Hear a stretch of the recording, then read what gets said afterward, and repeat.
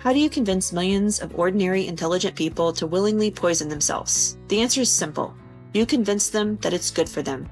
You tell parents it'll help their babies. You tell pregnant women it's healthy.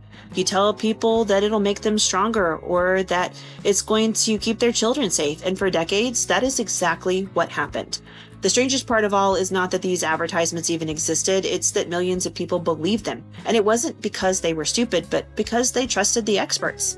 Tonight we're diving into one of the strangest chapters in American history. It's a time when miracle cures, scientific breakthroughs, and billion-dollar advertising campaigns collided with consequences that no one saw coming. By the end of the video, you're probably never going to look at warning labels the same way again. By the way, I'm glad you're here. Welcome to the Ninth File. If you enjoy weird history, forgotten mysteries, and true stories that sound completely made up, hit that like button, subscribe, and let me know down in the comments, what is one product available today that you think people 100 years from now might look back on and say, wait, they actually thought that was safe? Okay, now as we dive into these stories tonight, I want you guys to watch for something, because every single one of them follows almost the exact same pattern. First, someone discovers something absolutely incredible. It's a breakthrough, a miracle even. And then someone asks, hey, can we make money off of it? Can we sell it? Before long, it's in all kinds of products. Experts are reassuring people that it's perfectly safe. Advertisements tell you it'll change your life. And then eventually everyone realizes they may have celebrated just a little bit too early. You'll see that happen again and again and again. And once you notice it, you just won't be able to unsee it. Now, let's see how America accidentally turned some of its greatest scientific discoveries into some of its biggest advertising disasters. Let's rewind the clock back all the way to 1895. Let's say you've been coughing for 3 weeks, or your wife has a terrible headache, your youngest child has been crying nonstop because they're teething, your neighbor swears by this miracle tonic that has fixed his back pain. The newspaper advertises yet another medicine that promises it will cure everything from indigestion to insomnia to tuberculosis and even female complaints. The pharmacist smiles, the advertisements look convincing, the bottle has a really impressive label, so which one do you buy?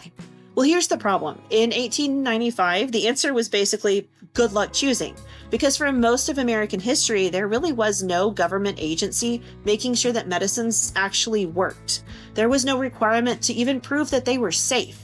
There's no ingredient label, no clinical trials, no warning labels, no commercials ending with someone talking so fast they sound like they're trying to summon a demon. Companies can make pretty much any claim that they wanted to. Cures all diseases, recommended by physicians, guaranteed results, completely harmless. And unless someone could prove otherwise, which, by the way, was incredibly difficult at the time, they could just keep on selling it. It's easy to laugh now, but put yourself in those people's shoes. If your child's sick or your husband's in pain or your mom is dying, wouldn't you buy the bottle that promised the most hope? Of course you would. Most people weren't chemists and they didn't have access to the kind of knowledge and research that we have today. They weren't doctors. They couldn't run laboratory tests in their kitchen. They just had to trust someone. And that's the word I want you to remember throughout everything we talk about tonight. Trust. Because that's what every company we're about to discuss was actually selling. By the late 19th century, America was changing faster than it ever had before. Factories were booming and railroads stretched across the country. Cities were growing almost overnight. For the first time, companies could manufacture products in one state and sell them thousands of miles away to people that they had never met. And that was incredible. But it also created a very new problem. For thousands of years, if someone sold you bad medicine, chances were that they lived in your town. You knew where they worked, you knew their family, you knew exactly where to go if their miracle cure turned out to be a bottle of disappointment. But now, a company in New York could sell medicine to a family in Kansas that they had never met. Advertising exploded, mail order catalogs were exploding, national newspapers were exploding. Suddenly, businesses didn't need to earn your trust personally. They just needed to buy enough advertising space to look trustworthy. And they got really good at that. Now you're probably noticing a bit of a pattern already. Scientists make that discovery, companies see opportunity, advertisements promise the world. We've only been talking about this for a few minutes and we've already reached what I like to call step 2. Remember our pattern? Someone discovers something exciting and someone says, can we sell it? The answer almost every single time was absolutely. The only question was whether anyone bothered asking if it was safe first. And spoiler alert, typically they did not. Eventually, things became so bad that a new generation of journalists decided enough was enough. These reporters became known as muckrakers, and they were just investigative journalists who exposed political corruption, dangerous industries, and fraudulent businesses that were hiding behind expensive advertisements and carefully polished reputations. One of the most influential was a gentleman named Upton Sinclair. In 1906, he published a book called The Jungle, and it was intended to expose the horrific working conditions inside of Chicago's meatpacking plants. Instead, America became absolutely horrified by something else in the book: the food. Readers learned about filthy factories, contaminated meat, rats, and unsanitary conditions that most consumers never imagined was happening in a food area. Sinclair later joked, "I aimed at the public's heart, and by accident, I hit in the stomach." Public outrage absolutely exploded. For perhaps the first time on a national scale, Americans began asking a question that feels almost unbelievable today. Should somebody be making sure companies are telling us the truth? I mean, it sounds obvious now, but back then that was a revolutionary idea. And while Congress did eventually begin passing laws to protect consumers, those laws were about to discover that they had a real big job ahead of them. Because America's next great business wasn't selling food, it was selling miracles. If you've ever walked through the vitamin aisle and thought to yourself, there's just no way all of these supplements do what they claim, congratulations, you already have the right mindset for this story, because before there were wellness influencers, before there was celebrity detox teas, before there were miracle weight loss gummies, America had something called patent medicines, and business for those was booming. By the late 1800s, patent medicines had become one of the most profitable industries in the entire country. Every newspaper advertised them, traveling salesmen sold them, catalogs promised yet another miracle cure from them, and every company insisted that theirs was the one that actually worked. You didn't need a prescription, you didn't need a diagnosis, you didn't even really need to know what was wrong with you. Headache? Have a tonic. Backache? Here's another tonic. Can't sleep? Different tonic. Sleeping too much? Believe it or not, we've got a tonic for that too. Depression, indigestion, hair loss, nervousness, tuberculosis, female complaints, general sadness because life in the 1890s was objectively difficult. There was a bottle for all of it. And honestly, that marketing was brilliant. Companies didn't sell medicine, they sold hope and relief. They sold the dream that tomorrow would be better than today. And if you've ever watched a loved one suffer from chronic pain or illness, you understand exactly why these products became so popular. People weren't stupid, they were just desperate. But unfortunately, desperation makes a very good customer. Now here's where things get interesting. Most people assume that these medicines had been tested. They assumed that doctors had approved them, and they assumed that somebody knew what was inside the bottle. In reality, companies treated their ingredient list like it was the recipe for Coca-Cola. It was top secret, it was trade secret. Hey, mind your own business, guys. And when scientists eventually looked inside of some of these miracle cures, well, let's just say that they discovered the medicines worked for reasons that the advertisements had somehow just forgotten to mention. Remember that pattern we talked about? Discover something cool and can we sell it? Well, this time, the cool thing we discovered was morphine. Now, before we laugh too hard at 19th century medicine, let's give these doctors a little bit of credit. Morphine genuinely was one of the greatest medical breakthroughs of its time. For thousands of years, people had relied on opium from the poppy plant to dull pain. But in the early 1800s, scientists isolated the most powerful ingredient and named it morphine after Morpheus, the Greek god of dreams. For the first time in history, doctors had a medicine that could dramatically reduce severe pain. During the American Civil War, morphine became a lifesaver for wounded soldiers. It transformed medicine. There was just this one little bitty problem with it. It was incredibly addictive. Now, doctors didn't fully understand that yet, and because they didn't understand it, companies just saw an opportunity. Morphine soon started appearing in everything: cough syrups, tonics, pain relievers, children's medicine. I mean, it was marketed directly to exhausted parents. One of the most famous was Mrs. Winslow's soothing syrup. According to the advertisements, it was the perfect solution for teething babies. Just one spoonful and your screaming infant became peaceful and sleepy. Which, I mean, it sounds wonderful until you learn that the active ingredient was morphine. To be fair, the advertisements were not lying. The babies absolutely stopped crying. Modern parents watching this are probably yelling, "Of course they stopped crying." Now, sadly, many infants suffered respiratory failure, addiction, or even died. Doctors eventually nicknamed it the baby killer, but somehow it remained on store shelves for decades. Now, you would think that would be enough to make America start to pump the brakes on this stuff, but it wasn't. Instead, scientists discovered another fascinating substance, and once again, someone immediately asked, can we sell it? This time, it was cocaine. Extracted from the coca plant in the mid-1800s, cocaine initially amazed doctors. Unlike morphine, which slowed the body down, cocaine did the opposite. It boosted energy, it increased alertness, it even reduced fatigue. It worked as one of the first effective local anesthetics. And for a brief period, physicians believed it might revolutionize medicine, so naturally, companies started putting it in everything. Medicines, tonics, wines, energy drinks, even early versions of Coca-Cola. History really can get stranger than fiction sometimes. Now, unfortunately, doctors eventually realized that cocaine was also highly addictive. At this point, you would probably think that scientists would become a little bit more cautious. Instead, they accidentally created something even worse. Enter heroin, the safe alternative. In 1898, the pharmaceutical company Bayer introduced a brand new medicine called heroin. The company's advertisements described it as a safer, non-addictive alternative to morphine. It was prescribed for pain, coughs, respiratory illnesses, and yes, even prescribed to children. Now, to be fair to the scientists involved, many genuinely believed that heroin would solve morphine addiction.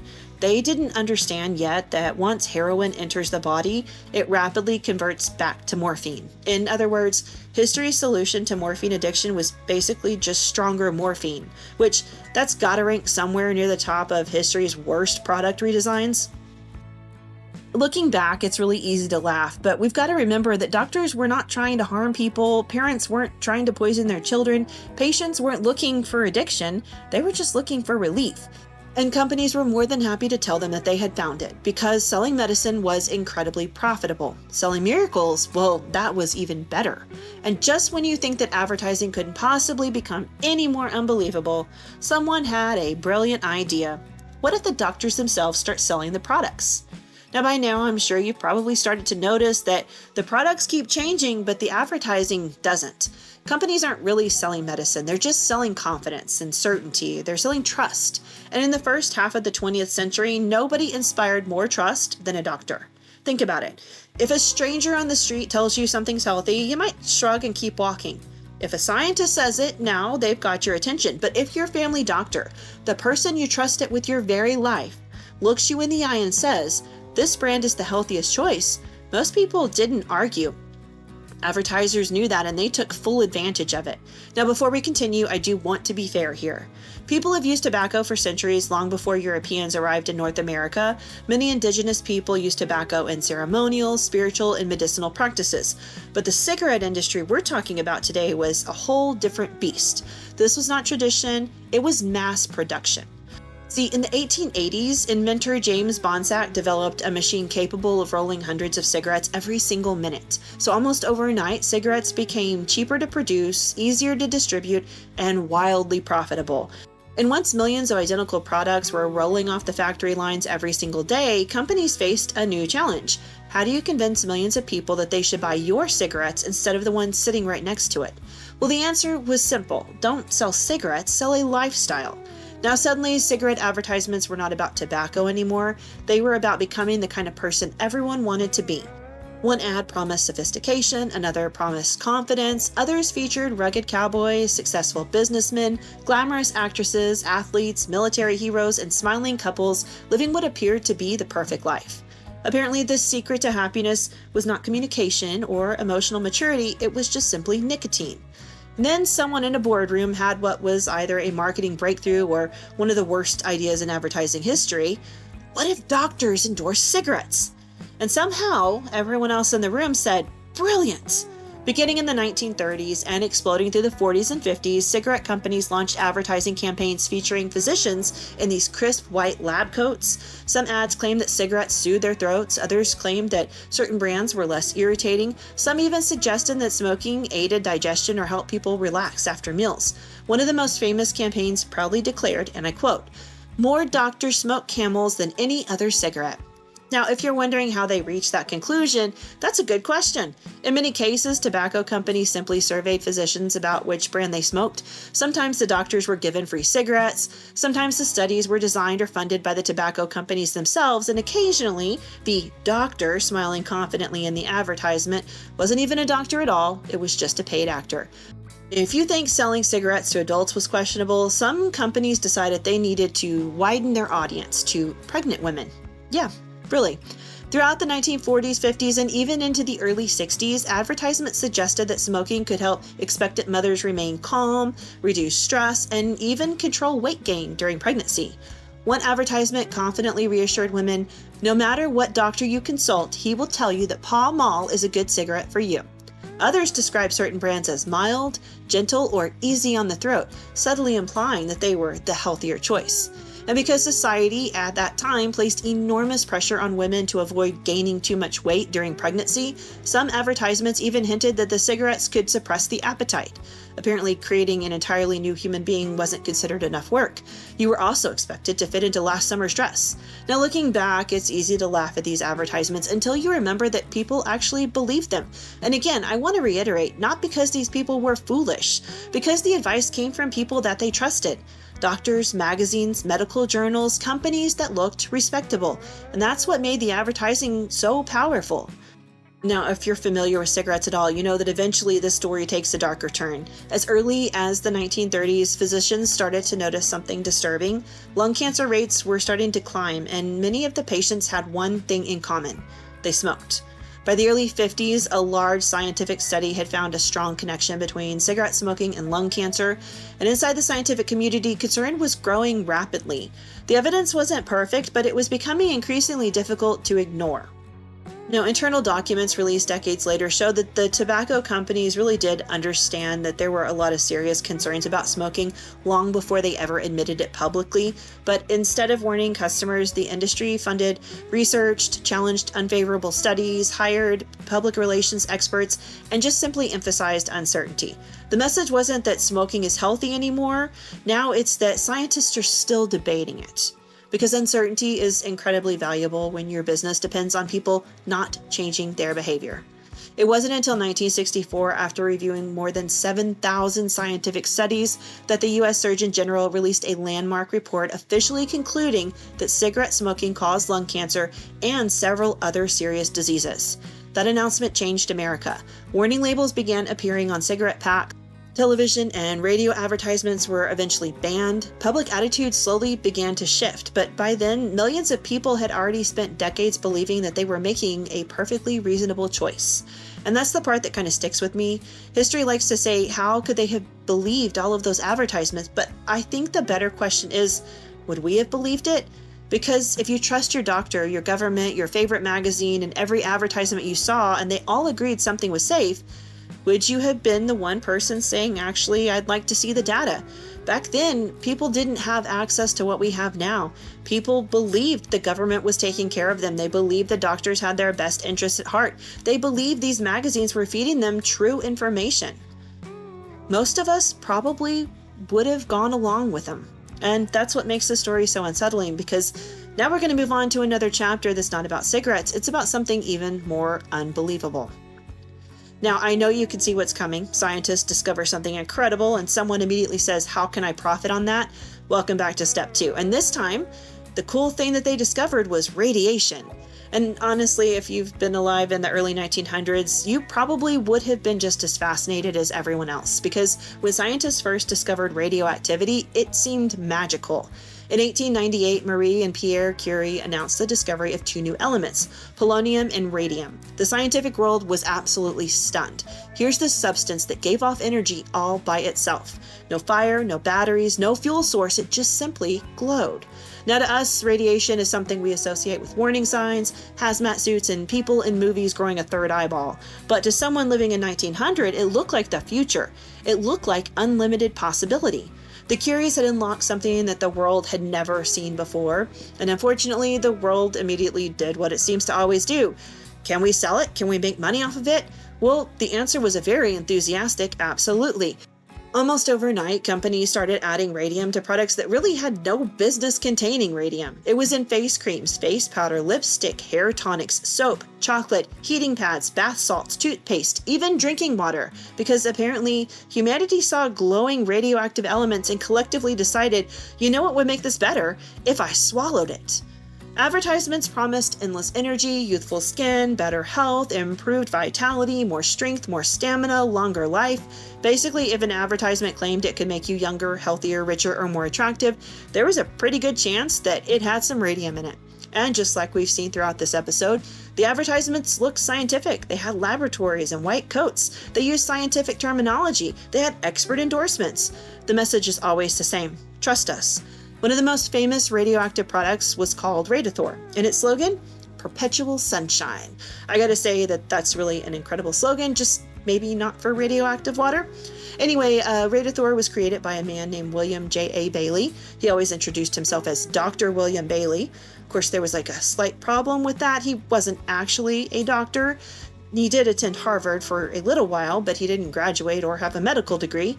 Apparently, dropping out, though, it wasn't enough to stop him from calling himself a doctor. Honestly, wellness influencers may be older than we thought.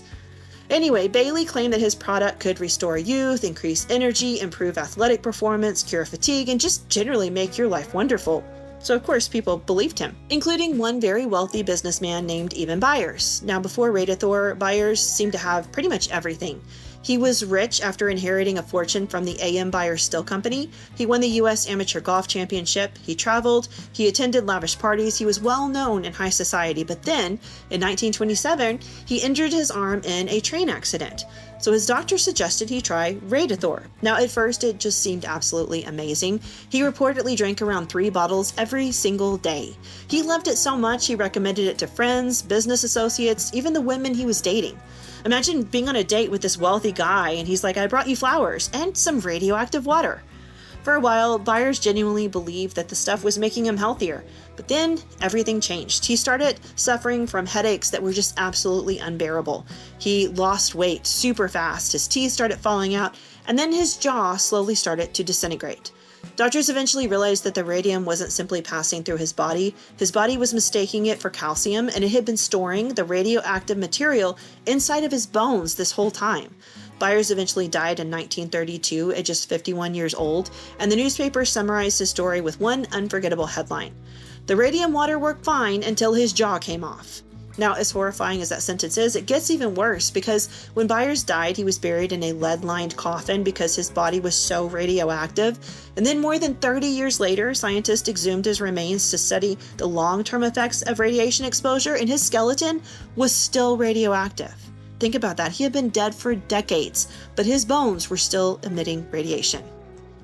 If there was ever a moment for society to collectively say, hey, maybe we misunderstood this whole radiation thing, that was probably it.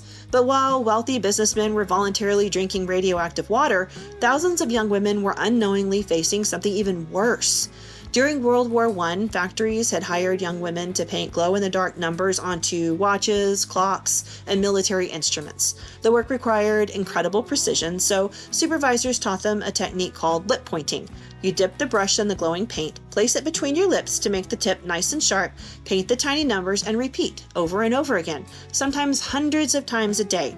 Workers were repeatedly assured that the paint was perfectly safe. Some women even painted their fingernails, their teeth, or their clothing before going out dancing because they thought the glow looked beautiful.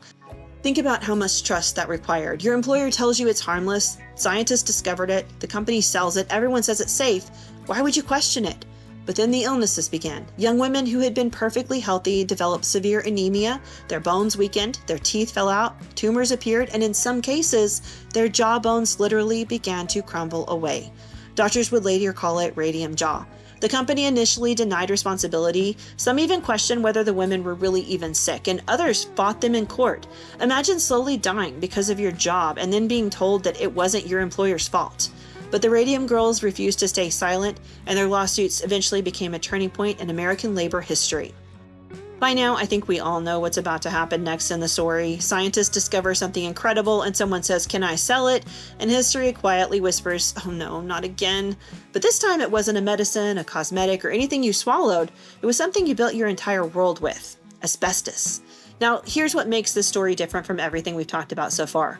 Asbestos was not fake, it was not snake oil, it wasn't a bottle full of false promises. It really was incredible. In fact, if you were an engineer in the early 1900s, asbestos probably looked like one of the greatest materials humanity had ever discovered. It was naturally fire resistant, it didn't melt easily, it resisted chemicals, it was lightweight, flexible, strong, inexpensive, and because the fibers could be woven into other materials, it seemed to improve almost everything it touched.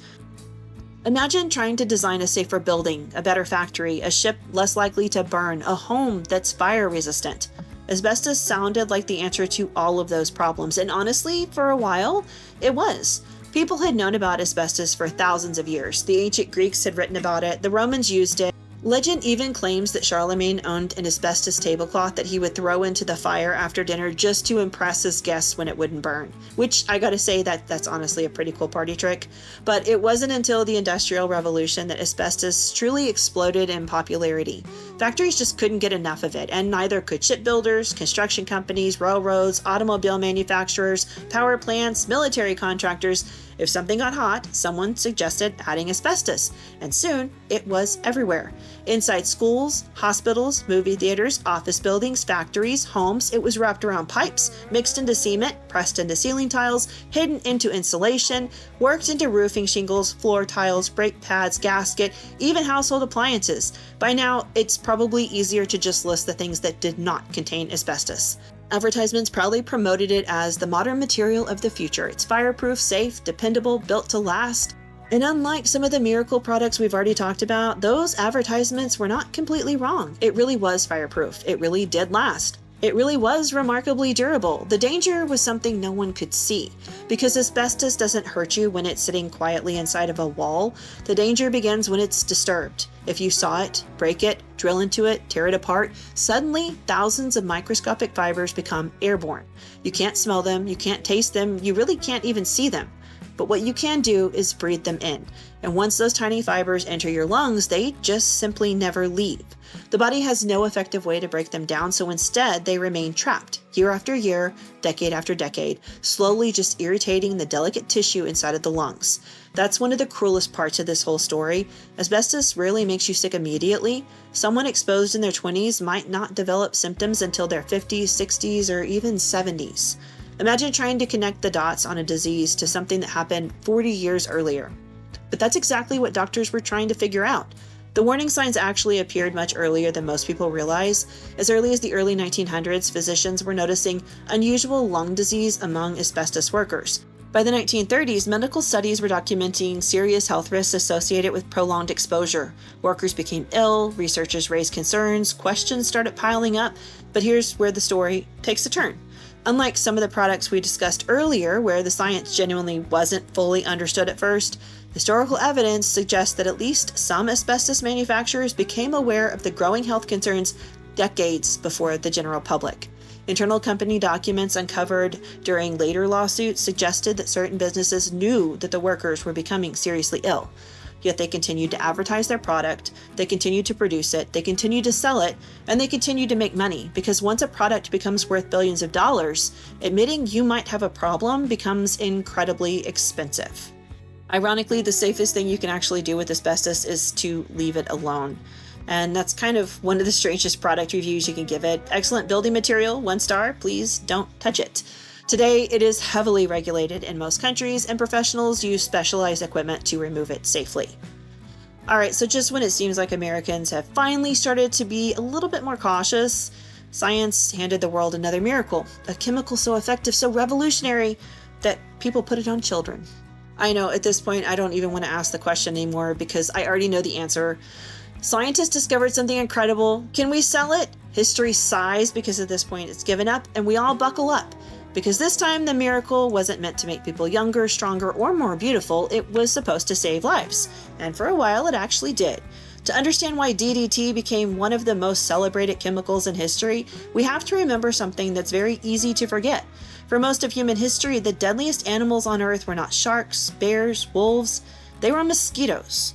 Mosquitoes spread malaria, yellow fever, Different diseases, plagues. Fleas also helped to spread plagues and diseases. Lice spread typhus. Entire armies were crippled by insects. Communities were absolutely devastated. So for thousands of years, humanity fought the bugs, and the bugs typically won. But then came DDT. Now, this chemical had actually been synthesized in 1874, but in 1939, Swiss chemist Paul Hermann Mueller discovered just how incredibly effective it was at killing insects. Now, it was not just another pesticide, it was astonishingly good at its job.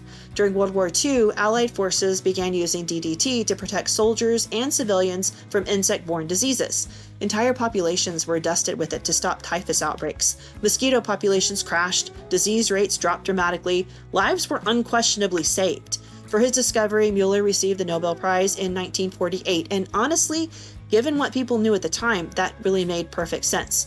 For a brief moment, DDT looked like one of the greatest scientific breakthroughs of the 20th century. But then the marketing department arrived, and by now, you know what happened next. The same chemical that had protected soldiers overseas suddenly became the answer to absolutely everything. Mosquitoes, flies, ants, garden pests, DDT. See something crawling across your porch that offended you personally? DDT. Advertisements portrayed it as completely harmless to people while being devastating to insects, so families sprayed it around their homes. Farmers covered their entire fields with it. Cities sprayed neighborhoods. Children ran through treated parks. And yes, there are actual photographs of children smiling while being sprayed directly with DDT during public demonstrations. Now, unlike some of the disasters we've already discussed tonight, the danger for this was not immediately obvious. People weren't collapsing after walking through a treated field. DDT wasn't causing dramatic instant tragedy. It was something quieter and slower. Scientists gradually realized the chemical didn't simply disappear after it sprayed. It lingered. It kind of settled into the soil, it washed into the rivers and the lakes. Small organisms absorbed it, fish ate the organisms, birds ate the fish, and little by little the concentration increased all the way up the food chain. And then something strange started happening. Bird populations began crashing. Bald eagles, falcons, ospreys, species that had once been very common were suddenly disappearing. Researchers eventually discovered that DDT caused birds to lay eggs with shells so thin that they cracked before the chicks could hatch. Imagine spending years trying to solve that mystery, but the birds weren't sick, they simply just weren't being born. One person who refused to ignore the growing evidence was marine biologist Rachel Carson, and in 1962, she published a book called Silent Spring. Now that title alone is haunting. Imagine waking up one morning and hearing nothing. No birds, no robins, no meadowlarks, no cardinals, just silence. Carson argued that the widespread use of pesticides, especially DDT, was causing devastating environmental damage, and the reaction was immediate. Chemical companies attacked her. Critics called her an alarmist, and some even questioned her competency simply because she was a woman challenging a powerful industry. Sound familiar? We've seen this pattern before. Evidence begins to accumulate and questions are asked, but profits are threatened, and the messenger becomes the target. Eventually, however, the evidence became impossible to dismiss, and in 1972, the United States banned most uses of DDT. Up until now, most of the stories we've told have shared something really important. People genuinely believed that they were making the world better. Doctors believed that morphine was revolutionary. Scientists believed radiation would transform medicine. Engineers believed asbestos would make buildings safer. History isn't usually filled with cartoon villains, most of the time anyway. It's filled with people trying to solve real-world problems using the best information they have available. But eventually, information tends to change, and evidence starts piling up. The warning signs become harder and harder to ignore, and that's where the story takes a darker turn, because now we're no longer talking about products that people thought were safe. We're talking about moments when at least some companies had good reason to believe that they were not. And yet, the advertisements kept running. Let's go back and view it through history, all the way back to cigarettes. In the early 1950s, study after study pointed towards the same disturbing conclusion. Smoking increased the risk of lung cancer. Scientists debated details, they argued over mechanisms, but the overall pattern was becoming increasingly difficult to dismiss. Inside the tobacco industry, executives were not blind to what was happening. Internal documents released decades later show that the company understood exactly what was happening. So, did they launch warning campaigns, pull advertisements, tell customers that we need to slow down until we understand this better?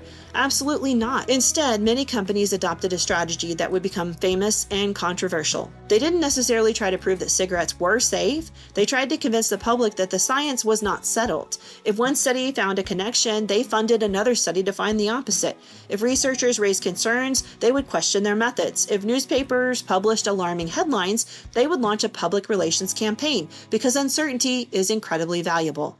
If people believe that scientists are still arguing, many will simply keep doing whatever they've always done. And when billions of dollars are at stake, every year of uncertainty is simply another year of profit. We've seen similar patterns elsewhere. Asbestos manufacturers continued receiving reports of sick workers, medical journals documented serious lung disease, researchers raised alarms, yet production often continued while debates over responsibility dragged on for years. The workers breathing those fibers didn't know what the executives were reading. And then there's lead. For decades, lead was added to gasoline, household paint, plumbing, and countless everyday products. Scientists repeatedly warned that lead exposure could damage the brain, especially in children. Industry groups frequently pushed back, challenged critics, and emphasized the benefits of lead products. The debate lasted for years. Meanwhile, children continued being exposed. Today, lead poisoning is recognized as one of the greatest environmental public relation disasters in American history. And if you step back for a moment, you'll notice something very unsettling. The products are different, the decades are different, the industries are different.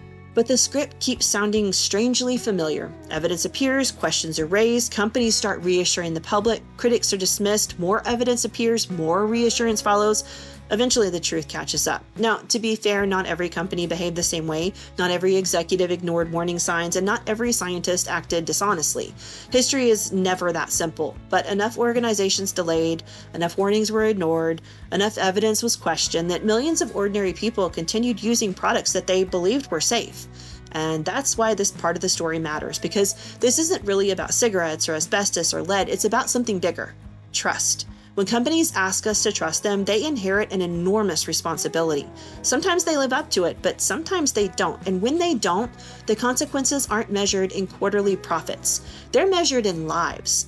Which brings us to one final story. A story that changed medicine forever, not because it exposed corporate greed, but because one woman refused to accept, trust us. She wanted proof. Our final story begins in the 1950s. The world was riding a wave of medical breakthroughs. Antibiotics had changed medicine forever. Vaccines were preventing diseases that had once terrified entire communities. New drugs seemed to be appearing almost every single year. People believed that science could solve almost anything, and honestly, they had real good reason to believe that. Then a pharmaceutical company in West Germany introduced a brand new drug called Thalidomide. At first, it looked like another miracle. Originally, it was developed as a sleeping pill, but doctors soon discovered that it helped reduce nausea, especially in pregnant women suffering from morning sickness. It seemed almost too good to be true. Advertisements described it as gentle, safe, and reliable. Some even suggested it was so harmless that it was virtually impossible to overdose. Doctors prescribed it, pharmacies stocked it, families trusted it. By the end of the 1950s, it was being sold in dozens of countries, and once again, millions of people believed that they were making the healthiest choice possible. But then hospitals started to notice something strange. Babies were being born with rare and devastating birth defects. Some had severely shortened arms or legs, some had no limbs at all, others suffered damage to their hearts, their eyes, their ears, their internal organs. At first, no one could figure out why. The cases seemed completely unrelated. They were scattered and random. Doctors searched for infections, genetic disorders, environmental causes, and then researchers began comparing notes, and one detail kept appearing. The mothers had all taken thalidomide during pregnancy. Eventually, investigators confirmed the horrifying truth. Taking at critical stages of fetal development, it would interfere with the formation of limbs and organs.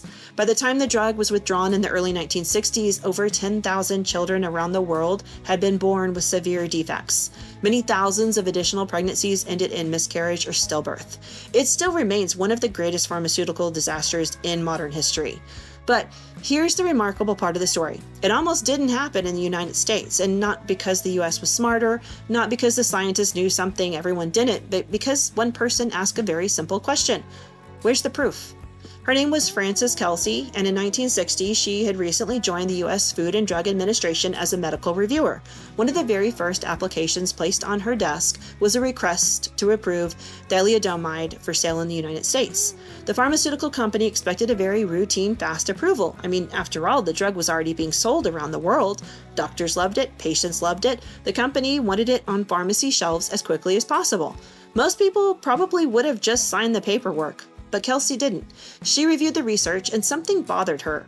The safety data seemed incomplete. There wasn't enough evidence about how the drug affected pregnancy. Questions remained unanswered, and so she asked for more information. The company immediately pushed back and argued. They complained, and they pressured the FDA to approve the drug anyway, but Kelsey refused. Now, she wasn't trying to stop progress. She wasn't anti-science. She just believed that the extraordinary claims required extraordinary evidence. And if it was delaying approval, well, so be it. Then the reports from Europe started arriving. Doctors described babies being born with severe birth defects. Researchers connected the cases to the drug, and almost overnight, Kelsey's caution became one of the most important decisions in American medical history. Because she had refused to approve the drug, it never reached the American market on the same massive scale as elsewhere. Only a small number of American children were affected through very limited clinical testing, but the widespread tragedy experienced in other countries was largely avoided. In 1962, President John F. Kennedy awarded Kelsey the Distinguished Federal Civilian Service Award. It is one of the highest honors a civilian government employee can receive, and in all fairness, I think she deserved every bit of it, because throughout this entire episode, we've watched companies ask, can we sell it? Can we get rich from it? But Frances Kelsey asked a very different question. How do we know it's safe? That one question changed medicine forever. That tragedy led directly to stronger drug testing requirements, better clinical trials, stricter approval standards, and much greater oversight before medicines reached consumers.